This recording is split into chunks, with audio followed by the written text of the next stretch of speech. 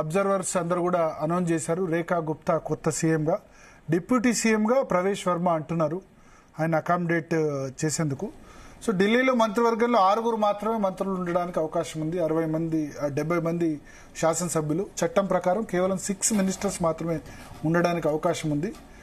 మొత్తానికి ఇది కూడా ఒక అన్ని వర్గాల్ని అంటే అన్ని క్యాస్టుల్ని అకామిడేట్ చేసేందుకు ఒక ప్రయత్నంలో భాగం అని అనుకోవచ్చు. ఈ 2 కమ్యూనిటీస్కే నార్త్ ఇండియన్ స్టేట్స్లో బీజేపీలో వాళ్ళు అధికారంలో లేని విధంగా ఉన్నారు. ఒరిస్సాలో ట్రైబల్కి ఇచ్చారు, విష్ణుదేవ్ సాయి. ఛత్తీస్గఢ్లో ట్రైబల్ విష్ణుదేవ్ సాయికి ఇచ్చారు. ఒడిశాలో కూడా ట్రైబల్ సీఎంని చేశారు. సో అన్ని వర్గాలకి అకామిడేట్ చేస్తున్నట్టు మనకు కనిపిస్తుంది ఈ చూస్తే కనుక. ఎందుకంటే ఢిల్లీ, హర్యానా ఇవన్నీ పక్క రాష్ట్రాలు. అంటే ఇదేదో పక్క మనకు ఆంధ్రప్రదేశ్కి ఎట్లా రిలేషన్ ఉంటుందో, ఢిల్లీ అంటే ఇంత ఒక 30-40 కిలోమీటర్ల ఏరియా అంతే. ఢిల్లీకి అటు దాడితే ఉత్తరప్రదేశ్ నోయిడా, ఇటు దాడితే హర్యానాలో గుర్గావ్, 2 పక్కనే ఉంటాయి. సో హర్యానాలో పుట్టిన వాళ్ళు వీళ్ళంతా. రేఖా గుప్తా హర్యానాలో పుట్టిందే, అరవింద్ కేజ్రీవాల్ హర్యానాలో పుట్టారు, సుష్మా స్వరాజ్ కూడా హర్యానాలో పుట్టారు. హర్యానాలో పుట్టి వీళ్ళంతా కూడా ఢిల్లీకి సీఎంస్ అవుతున్నారు. సో ఢిల్లీ అంటే మినీ ఇండియా. అన్ని ప్రాంతాల నుంచి వలస వచ్చిన వాళ్ళు చాలా తక్కువ మంది, అక్కడే పుట్టి అక్కడే పెరిగిన వాళ్ళు చాలా తక్కువ మంది ఉంటారు. So mostly women plus Bania community, ఈ 2 కూడా రేఖా గుప్తాకు కలిసి వచ్చాయి. చాలా సంవత్సరాలు అంటే మళ్ళీ అరవింద్ కేజ్రీవాల్ నుంచి మా దగ్గరికి రండి ఇంకా బనియా కమ్యూనిటీ ఓట్స్ లో. కానీ బనియా కమ్యూనిటీ ఒకటి ఉంది, అసెంబ్లీలో అరవింద్ కేజ్రీవాల్కి వేస్తున్నారు, పార్లమెంట్ వచ్చేసరికి మళ్ళీ మోడీకే ఓటేస్తున్నారు. ఆ విధంగా లాయల్టీ చాటుకుంటున్నారు. అందుకనే లోక్సభ స్పీకర్ గా ఓం బిర్లాను 2nd టైం వరుసగా ఎలక్ట్ చేసుకున్నారు. సో అది బ్యాలెన్సింగ్ ఎక్సైజ్ అని అనుకోవాలి. ఆర్ఎస్ఎస్ కూడా ఆమె అభ్యర్థిత్వానికి అవకాశం కల్పించింది అంటున్నారు.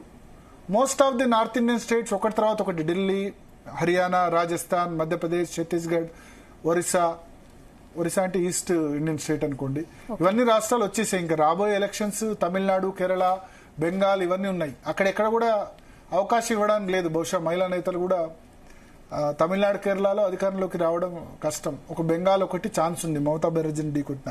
అక్కడ కూడా అవకాశం లేదు కాబట్టి బహుశా క్యాస్ట్ ఈక్వేషన్స్ నార్త్ లో చుట్టుపక్కల రాష్ట్రాలన్నీ దృష్టిలో పెట్టుకుని రాజస్థాన్ లో బ్రాహ్మణ్కి ఇచ్చాం, హర్యానాలో ఓబీసీకి ఇచ్చాం, ఇక్కడ బనియాకి ఇద్దాం, మధ్యప్రదేశ్ లో యాదవ్కి ఇచ్చాం, ఉత్తరప్రదేశ్ లో మన యోగి ఆదిత్యనాథ్ రాజ్పుత్ ఇచ్చాం. సో అన్ని కమ్యూనిటీస్ ని బ్యాలెన్స్ చేసుకుని ఈ నిర్ణయం తీసుకున్నట్టు కనిపిస్తుంది. ప్రవేశ్ వర్మ కూడా మరి డిప్యూటీ సీఎం అఫీషియల్ గా అనౌన్స్ చేశారా లేదా అన్న చూడాలి. పక్కకే ఉన్నారు, ప్రవేశ్ వర్మను కూడా డిప్యూటీ సీఎం గా అనౌన్స్ చేశారు. సో అక్కడ జాట్లను కూడా సంతృప్తి పరిచినట్టు అయింది. ప్లస్ ఆయనకి ఇంకా ఏజ్ తక్కువ ఉంది కాబట్టి నీకు సమయం ఉంది, ఫ్యూచర్ ఉంది అని బహుశా ఆయన కూడా సర్ది కన్విన్స్ చేసి ఉండొచ్చనే మనం అనుకోవాలి. సో మొత్తానికి క్యాస్ట్ ఈక్వేషన్స్ తో కొత్త స్ట్రాటజీ బీజేపీ ఫాలో అవుతుందని అనాలిసిస్ చేశారు మీరు. ఎస్, అంటే నార్త్ ఇండియాలో కులాల ప్రతిదీ ఖచ్చితంగా బ్యాలెన్స్ చేయాలి. మన సౌత్ లో కులాల పట్టింపు లేదు, వస్తుంది ఈ మధ్య చాలా కులాల డిస్కషన్ వస్తుంది. బట్ నార్త్ లో మాత్రం కులాల పట్టింపు చాలా ఎక్కువ ఉంటుంది. కులాల ఆధారంగా ఉత్తరప్రదేశ్ లాంటి రాష్ట్రాలు, రాజస్థాన్ లాంటి రాష్ట్రాలు అయితే జాట్లు, గుజ్జర్లు వీళ్ళ ఆందోళన ఏ విధంగా ఉంటే మనం చూసాం. వాళ్ళు ఒకసారి ఢిల్లీలో రైలు పట్టాల మీద పడుకుంటే ఢిల్లీకి వెళ్లే వాటర్ ఆగిపోతుంది, ట్రైన్స్ ఆగిపోతే అన్నీ ఆగిపోతాయి. సో చాలా వైలెంట్ గా కూడా నిరసనలు, ప్రొటెస్టులు జరిగిన సందర్భాలు ఉన్నాయి. హర్యానా, పంజాబ్, రాజస్థాన్, మధ్యప్రదేశ్, ఉత్తరప్రదేశ్ ఈ రాష్ట్రాల్లో ఉన్న కమ్యూనిటీస్. సో ఆ కమ్యూనిటీస్ అన్నిటిని బ్యాలెన్స్ చేసే దిశగా బీజేపీ నిర్ణయం తీసుకుందని అనుకోవచ్చు. Okay Bharat, thank you so much for very interesting